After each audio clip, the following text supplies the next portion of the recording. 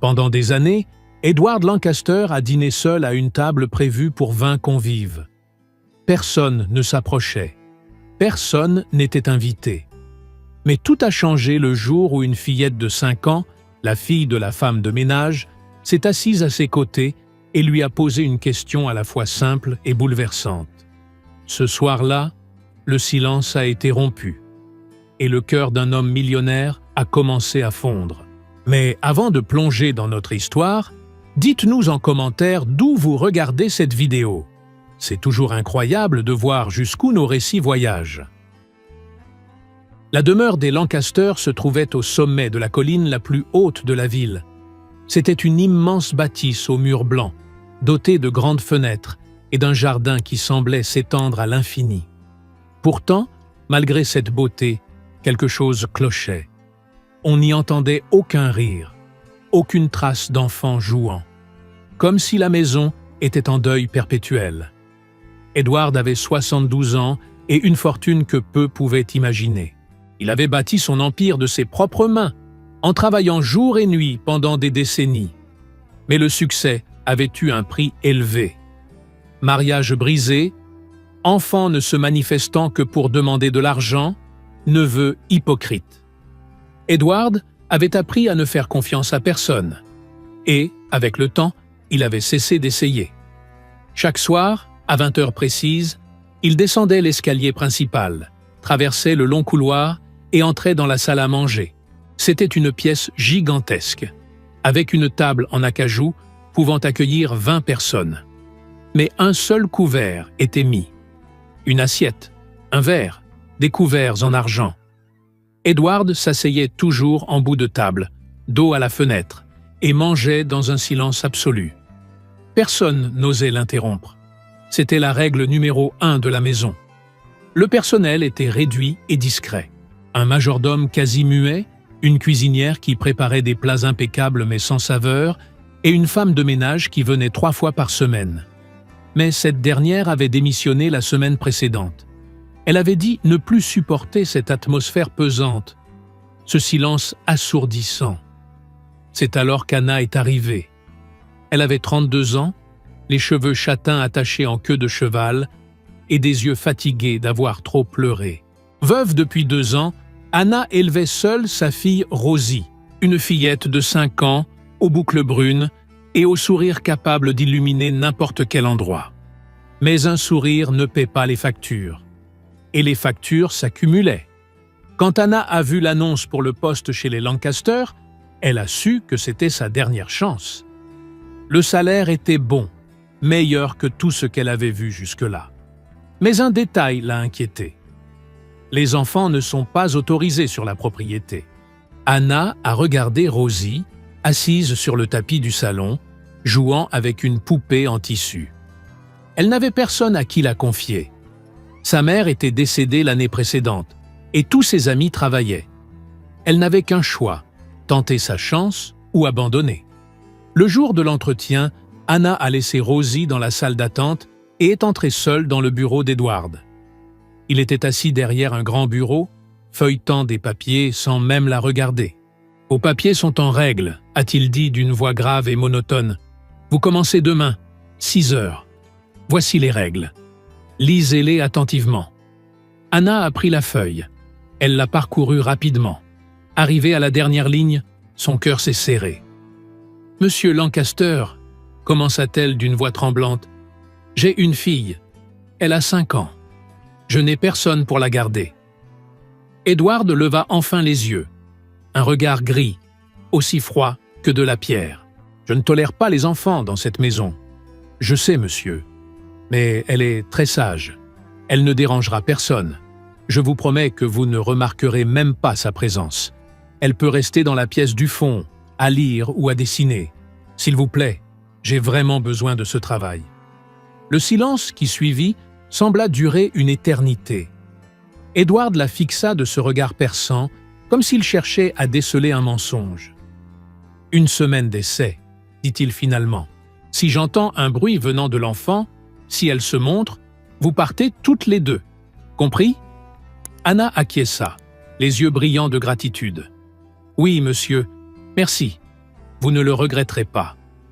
Le lendemain, Anna et Rosie arrivèrent au manoir avant le lever du soleil.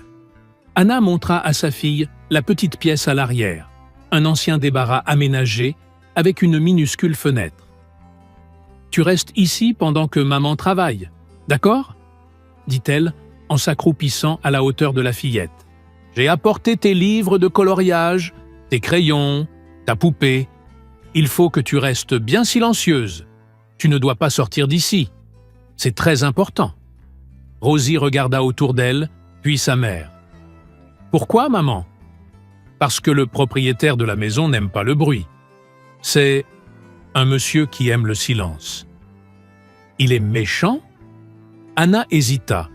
Comment expliquer cela à une enfant de 5 ans? « Non, mon cœur, il n'est pas méchant.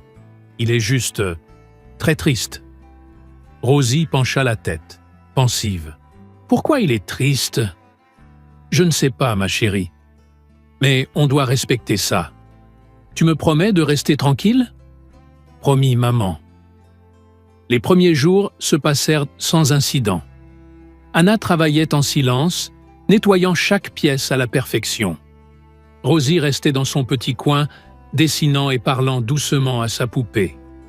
De temps en temps, Anna lui apportait un goûter, et elle mangeait vite, l'oreille tendue au moindre bruit. Mais Rosie était curieuse, et les enfants curieux posent des questions.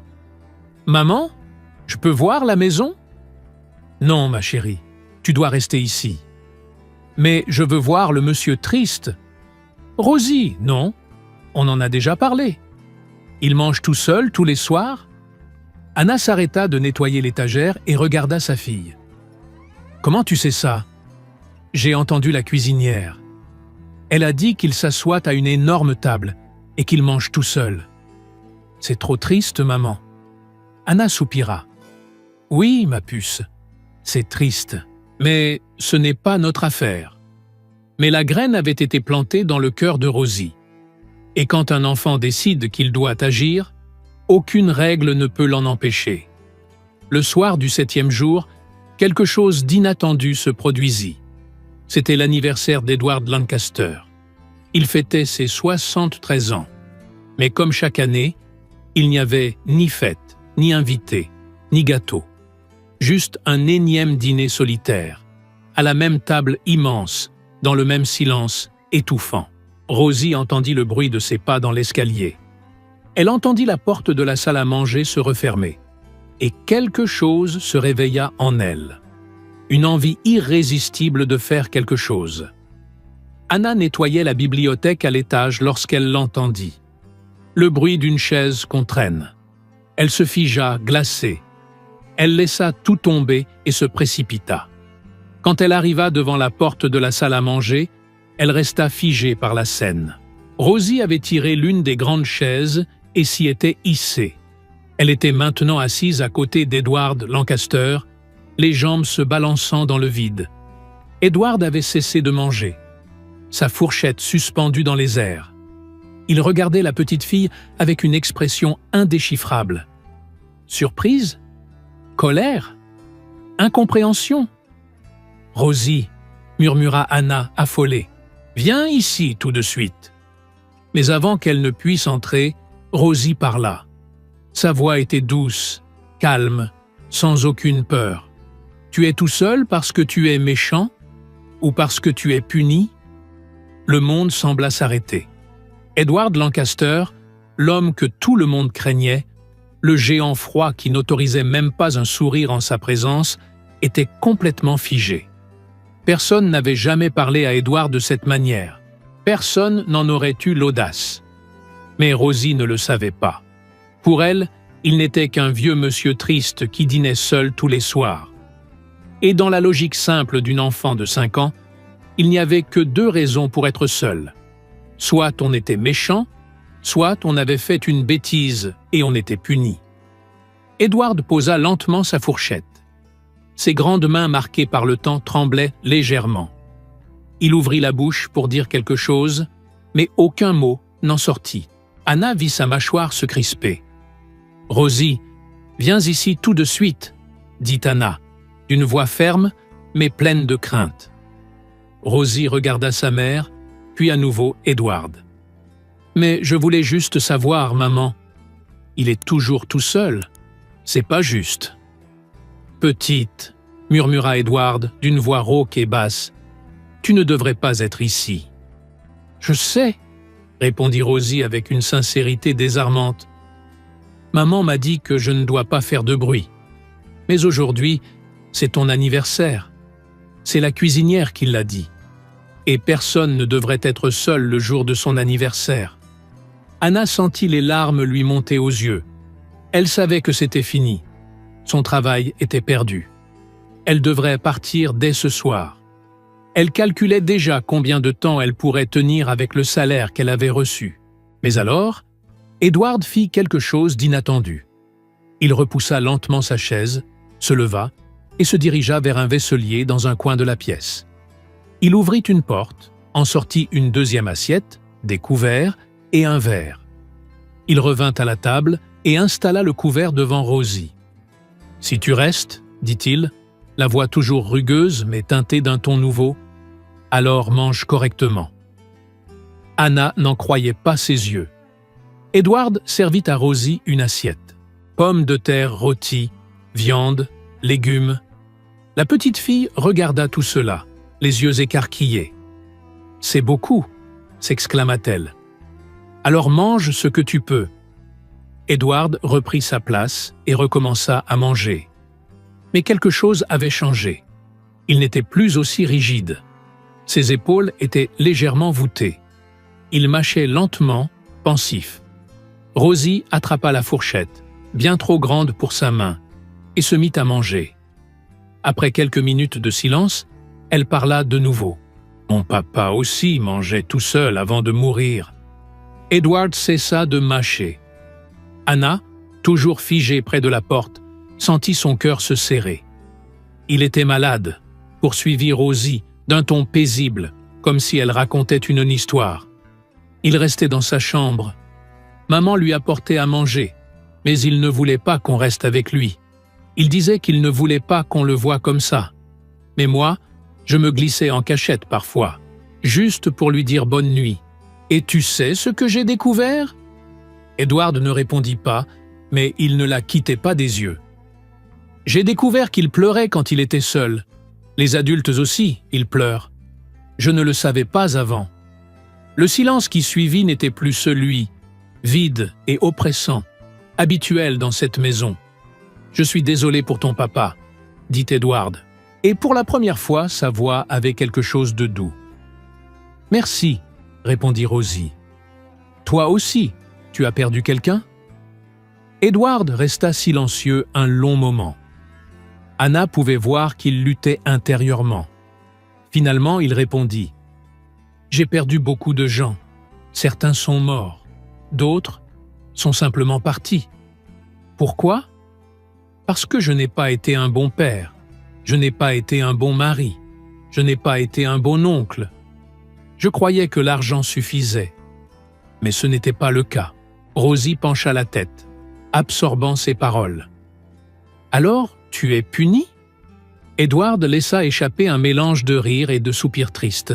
« Oui, je crois que je suis puni. Maman dit que quand on fait une bêtise, on peut demander pardon. Et après, le punition s'arrête. Ce n'est pas toujours aussi simple, petite. » Pourquoi pas? Cette question désarma complètement Edward. Il regarda cette petite fille avec sa logique implacable et son honnêteté désarmante, sans savoir quoi répondre. Car au fond, pourquoi pas? Pourquoi n'avait-il jamais essayé de demander pardon? Pourquoi s'était-il enfermé dans cette maison, nourrissant sa rancœur comme un trésor? « Tu es très maligne, » dit-il enfin. « Maman dit que je pose trop de questions. » Poser des questions, c'est bien, c'est très bien. Ils continuèrent de manger. Par moments, Rosie posait d'autres questions. « Tu aimes les pommes de terre? T'as quel âge? Pourquoi la maison est si grande? » Edward répondait, parfois par un mot, parfois par une phrase. Mais il répondait, et c'était déjà un miracle. Une fois le repas terminé, Rosie descendit de sa chaise avec son aide. « Merci pour le dîner, monsieur Edward. C'était le meilleur dîner de toute ma vie. »« Vraiment ? » ?»« Oui, parce que t'étais pas tout seul. » Et sur ces mots, elle courut vers sa mère. Anna la prit dans ses bras, les yeux embués de larmes. « Monsieur Lancaster, je ne sais pas quoi dire. Je suis désolé. Cela ne se reproduira plus, je vous le promets. » Edward regarda la mère et la fille, serrées l'une contre l'autre, pleines de crainte, mais unies. « Demain, dit-il, le dîner sera à 20h. Il faudra mettre 3 couverts. » Anna écarquilla les yeux. « Monsieur, vous avez bien entendu. 3 couverts. Vous dînerez avec moi. »« Mais monsieur, les règles ont changé. » Et pour la première fois depuis des décennies, Edward Lancaster monta dans sa chambre avec quelque chose de nouveau en lui. Ce n'était pas encore du bonheur. Pas tout à fait. Mais c'était un début. Une fissure dans la glace. Une porte entr'ouverte. Cette nuit-là, il ne parvint pas à dormir. Il resta allongé, les yeux fixés au plafond, repensant à cette question. « Tu es tout seul parce que tu es méchant ou parce que tu es puni ?» Elle tournait en boucle dans son esprit. Et pour la première fois depuis bien longtemps, Edward Lancaster se posa une autre question. Pas « pourquoi les gens m'ont-ils abandonné ?» mais « pourquoi les ai-je repoussés ?» La réponse était douloureuse, mais elle était là, claire, incontestable. Il avait construit des murs si hauts que personne ne pouvait les franchir. Il s'était convaincu qu'il valait mieux être seul que trahi une fois de plus. Mais en agissant ainsi, il s'était enfermé dans sa propre prison. Les semaines qui suivirent transformèrent la demeure Lancaster d'une façon que personne n'aurait pu imaginer. Le dîner, autrefois un rituel solitaire et funèbre, s'était rempli de voix. Rosie racontait des histoires de l'école. Anna partageait les recettes de sa grand-mère. Et Edward, peu à peu, commençait à parler de sa propre vie. Pas tout, pas d'un coup, mais par fragments, comme quelqu'un qui réapprend à faire confiance. C'est la cuisinière qui remarqua le changement en premier. Monsieur Lancaster demandait désormais d'autres plats. Il voulait des desserts. Il avait même réclamé un gâteau au chocolat, parce que Rosie l'avait mentionné. Le majordome, qui était muet par choix et non par nécessité, entendait maintenant des rires provenant de la salle à manger. Et cela le troubla tellement qu'il dut s'asseoir un moment pour comprendre ce qui se passait. Edward commença à faire de petits changements. Il acheta des livres pour enfants qu'il installa dans la bibliothèque. Il fit rénover la pièce où Rosie restait, y ajoutant un vrai lit, une armoire, des étagères pour ses jouets. De son côté, Rosie avait adopté Edward comme son grand-père de cœur. Elle le cherchait après l'école pour lui montrer ses dessins, lui demandait de lire des histoires. Et Edward, qui n'avait jamais eu de patience pour cela quand son propre fils était petit, découvrait qu'il adorait ça. Mais tout n'était pas parfait. Des ombres rôdaient. La famille d'Edward n'avait pas mis les pieds dans la maison depuis des années. Son fils vivait à l'étranger et répondait à peine au téléphone. Ses neveux ne se montraient que pour signer des papiers ou demander de l'argent. Mais lorsque des rumeurs commencèrent à circuler à propos d'une femme et d'une enfant vivant chez le vieux, leur attention se réveilla aussitôt. Stephanie Lancaster, la nièce d'Edward et fille de son frère défunt, fut la première à se présenter. Âgée d'une quarantaine d'années, habillée en haute couture, manucure impeccable, elle affichait un sourire qui ne touchait jamais ses yeux. Son mari avait tout perdu dans de mauvais investissements, et l'héritage d'Edward représentait son dernier espoir de maintenir son train de vie. Elle arriva un samedi après-midi, sans prévenir. Elle sonna et entra comme si la maison lui appartenait. « Tonton Edward » lança-t-elle d'une voix mielleuse. « Tu m'as tellement manqué !» Edward était dans le salon, en train de jouer aux dames avec Rosie. Il leva les yeux et fronça les sourcils. « Stéphanie, qu'est-ce que tu veux ?»« Quelle façon d'accueillir ta nièce préférée ?» dit-elle en riant faux. « Je suis venue te rendre visite. Ça fait si longtemps. 3 ans, pour être précis. Tu avais dit que tu étais trop occupé pour rendre visite à un vieux grincheux. Le sourire de Stéphanie vacilla, mais elle se reprit rapidement. J'étais vraiment très prise, tonton. Mais maintenant, je suis là. Et qui est cette adorable petite? Je m'appelle Rosie. Enchantée! C'est la fille d'Anna qui travaille ici, expliqua Edward d'un ton qui ne laissait place à aucune discussion. Mais Stéphanie n'était pas dupe. Elle vit les livres pour enfants, la façon dont Edward regardait la fillette avec tendresse. Elle comprit le danger. « C'est mignon », dit-elle d'une voix glaciale. « Tonton, on peut parler en privé ?» Edward soupira, mais se leva. « Rosie, je reviens tout de suite. Ne bouge pas d'ici, d'accord ? » »« D'accord, papy Edward. » Le mot « papy » ne passa pas inaperçu pour Stéphanie. Elle suivit Edward jusqu'à son bureau. Dès que la porte fut fermée, son masque tomba. « Papy ? Sérieusement ? Tonton ? Et alors ? Et alors ? Tu ne vois pas ? Tu es manipulé ? Cette femme s'est incrustée ici avec sa gamine pour te faire changer ton testament ? Stéphanie, tu dis n'importe quoi. Moi ? Tonton, réfléchis. Une veuve sans le sou débarque de nulle part avec une jolie petite fille. Et tout à coup, tu joues les grands-pères ? C'est une arnaque évidente. Edward sentit la colère monter. Anna travaille honnêtement. Rosie est une enfant innocente. Tu n'as aucun droit de parler d'elle comme ça. J'ai le droit de te protéger et de protéger notre famille.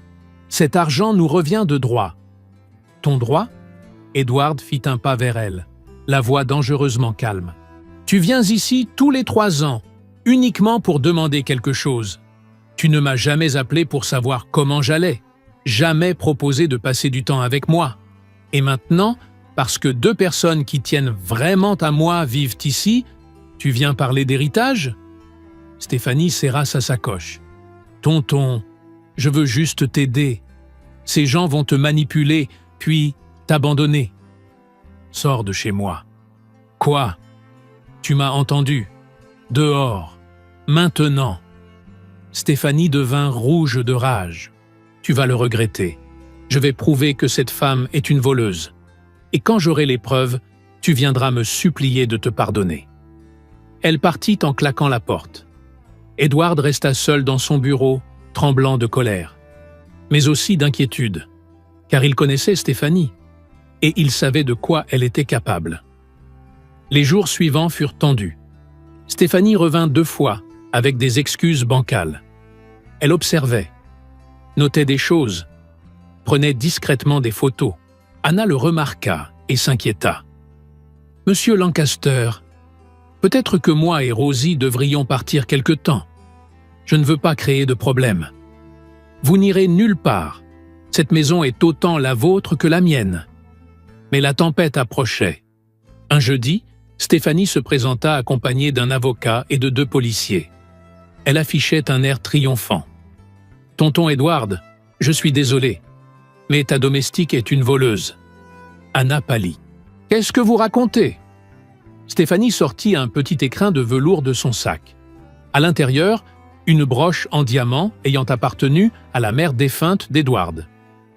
Cette broche se trouvait dans une armoire fermée à clé du tonton. Et ce matin, je l'ai retrouvée dans le manteau de ta fille. « C'est faux !» cria Anna. « Rosie !» appela Stéphanie. La fillette apparut, terrifiée. « Chérie, tu as pris quelque chose qui ne t'appartenait pas ?»« Non !» Rosie éclata en sanglots.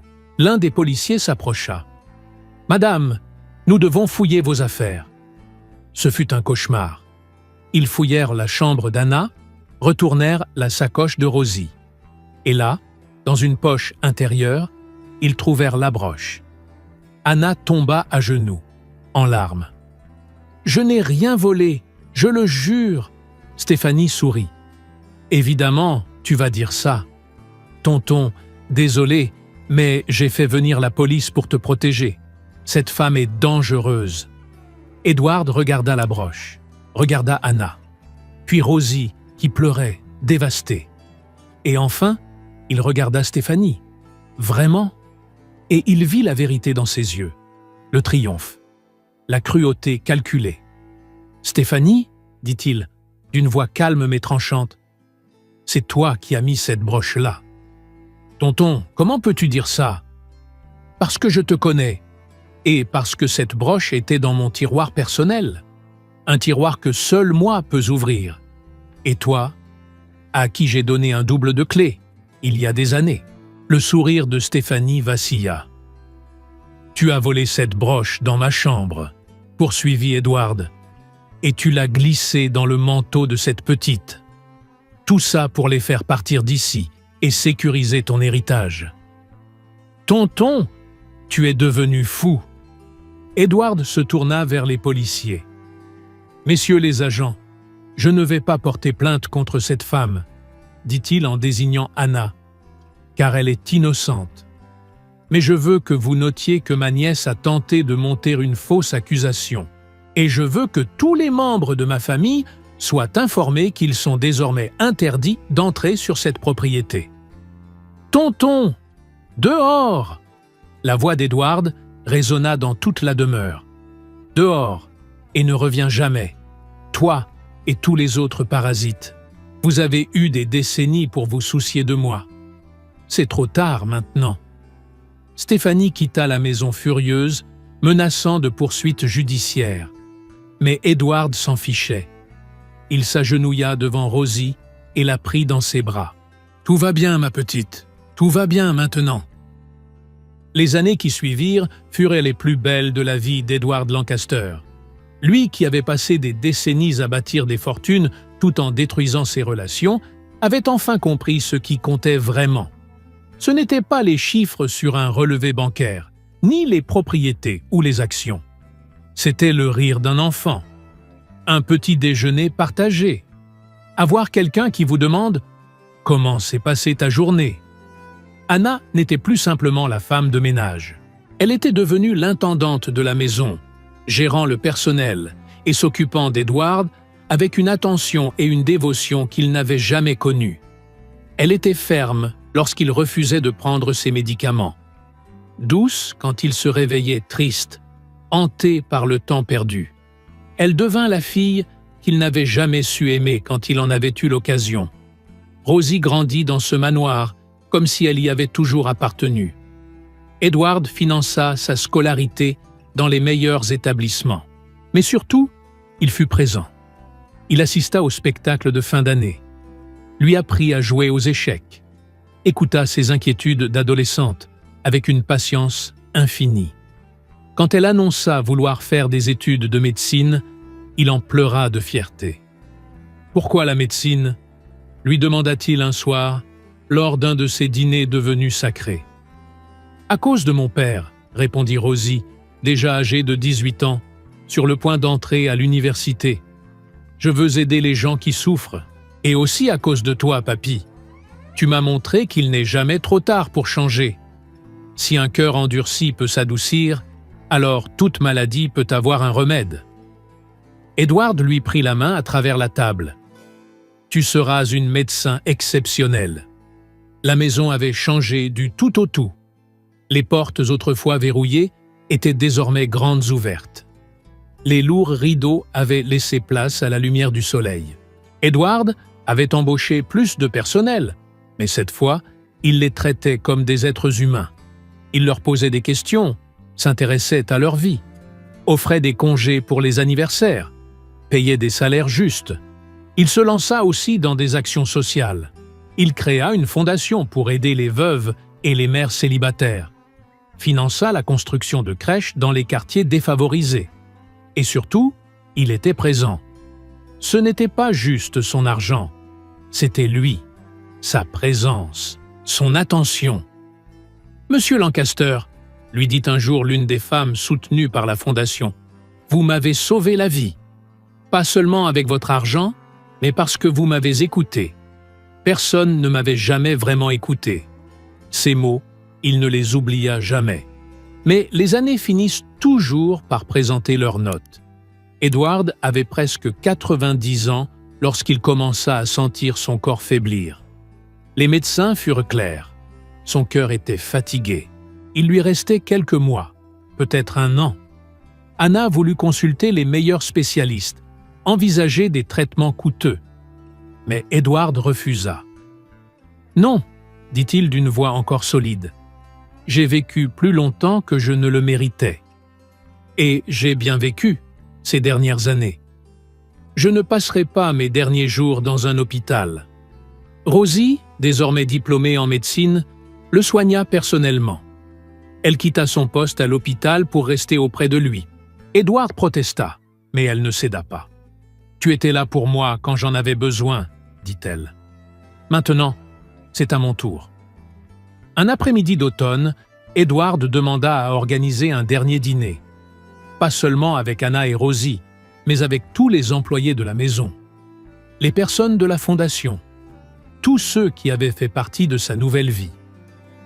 La grande table, autrefois mise pour une seule personne, était désormais entièrement occupée. 23 personnes assises. Des rires, des conversations, des histoires partagées. Edward regarda tous ces visages et sentit une paix profonde l'envahir. « Je voudrais dire quelque chose », annonça-t-il. Le silence se fit. « J'ai passé 70 ans de ma vie à bâtir des murs, à croire qu'il fallait que je me protège, à penser que le monde était cruel et que je devais l'être encore plus pour survivre. Et j'ai survécu. Je suis devenu riche, puissant, mais j'étais mort à l'intérieur. » Il regarda Rosie. Jusqu'au jour où une fillette de 5 ans s'est assise à côté de moi et m'a posé une question. Une question toute simple, mais qui a tout changé. Elle m'a fait comprendre que je n'étais pas seul parce que le monde était mauvais. J'étais seul parce que j'avais choisi de l'être. Les larmes coulaient librement à présent. Vous m'avez sauvé. Pas seulement Rosie et Anna. Vous tous. Vous m'avez montré que la famille, ce n'est pas le sang. C'est un choix. C'est être là. C'est partager la table. Partager la vie. Il leva son verre. Alors merci. Merci de m'avoir offert une seconde chance. De m'avoir réappris à aimer. D'avoir transformé cette maison, qui était un tombeau, en un foyer. Tous levèrent leurs verres. Beaucoup pleuraient aussi. Ce soir-là, après le départ des invités, Edward demanda à rester seul avec Anna et Rosie. Tous trois s'assirent dans le salon, là où tout avait commencé, avec une partie de dames. « Rosie, dit Edward, tu m'as demandé un jour si j'étais seul parce que j'étais méchant ou parce que j'étais puni. Tu veux savoir la vraie réponse? Oui, j'étais seul, parce que j'avais peur. Peur d'aimer et de perdre. Peur de faire confiance et d'être trahi. Alors j'ai éloigné tout le monde. Mais tu sais ce que j'ai découvert? Avoir peur de vivre, c'est pire que toutes les trahisons. Parce que quand tu n'aimes pas, tu ne vis pas. Tu fais juste semblant d'exister. Et maintenant? Demanda Rosie en lui prenant la main. Maintenant, j'ai vécu. Pour de vrai. Et je peux mourir en paix. Edward s'éteignit 3 jours plus tard, paisiblement, dans son lit, avec Anna et Rosie à ses côtés. Son visage était serein. Pour la première fois depuis des décennies, il semblait rajeuni. Le testament fut lu 1 semaine plus tard. Stéphanie et les autres neveux se présentèrent, encore pleins d'espoir. Mais lorsque l'avocat ouvrit le document, leurs visages pâlirent. Edward avait laissé des montants symboliques à ses parents de sang, juste assez pour qu'ils ne soient pas totalement exclus. Mais l'essentiel de sa fortune fut partagé en 3 parts égales. 1 tiers pour Anna, 1 tiers pour Rosie et 1 tiers pour la fondation qu'il avait fondée. Mais il y avait encore une chose, une lettre. À ceux qui espéraient hériter de ma fortune par droit de sang, vous avez eu des années pour hériter de mon amour, de mon temps, de ma compagnie. Vous avez choisi de ne pas être là. Anna et Rosie m'ont offert ce que vous ne m'avez jamais donné, une famille. Elles héritent de ma fortune parce qu'elles m'ont offert quelque chose de bien plus précieux. Elles m'ont donné la vie. Stéphanie déchira sa copie du testament et quitta la pièce. folle de rage. Le manoir Lancaster ne fut pas vendu. Anna décida de le transformer en un refuge pour femmes en situation de vulnérabilité. Un lieu où les mères célibataires et les veuves pouvaient recommencer, où les enfants pouvaient grandir en sécurité, où personne n'aurait plus jamais à manger seul. La grande table de la salle à manger était désormais toujours pleine. Chaque jour, des dizaines de personnes s'y asseyaient. On y partageait des repas. On y partageait des histoires. On y partageait la vie. Et juste au-dessus du fauteuil de tête, celui où Edward s'asseyait autrefois, Anna fit poser une plaque. On pouvait y lire « Personne ne devrait manger seul ». Des années plus tard, Rosie, devenue une médecin respectée, revenait souvent dans cette maison. Elle s'asseyait sur la même chaise qu'elle avait occupée à l'âge de 5 ans. Elle regardait la table remplie de monde et elle souriait. Parce qu'elle comprenait. Elle comprenait que sa question innocente avait non seulement sauvé un homme, mais qu'elle avait créé un héritage. Un héritage fait d'amour, d'inclusion et de seconde chance. Et chaque fois qu'une nouvelle famille franchissait les portes de la maison, perdue, apeurée, Rosie tenait à les accueillir elle-même. Et elle disait toujours la même chose. « Bienvenue chez vous. Ici, vous ne serez jamais seul. » Si cette histoire a touché votre cœur, laissez un commentaire en partageant ce qui vous a le plus ému. Cliquez sur « J'aime », partagez cette vidéo avec quelqu'un qui a besoin d'entendre ce message. Et rappelez-vous, personne ne devrait manger seul.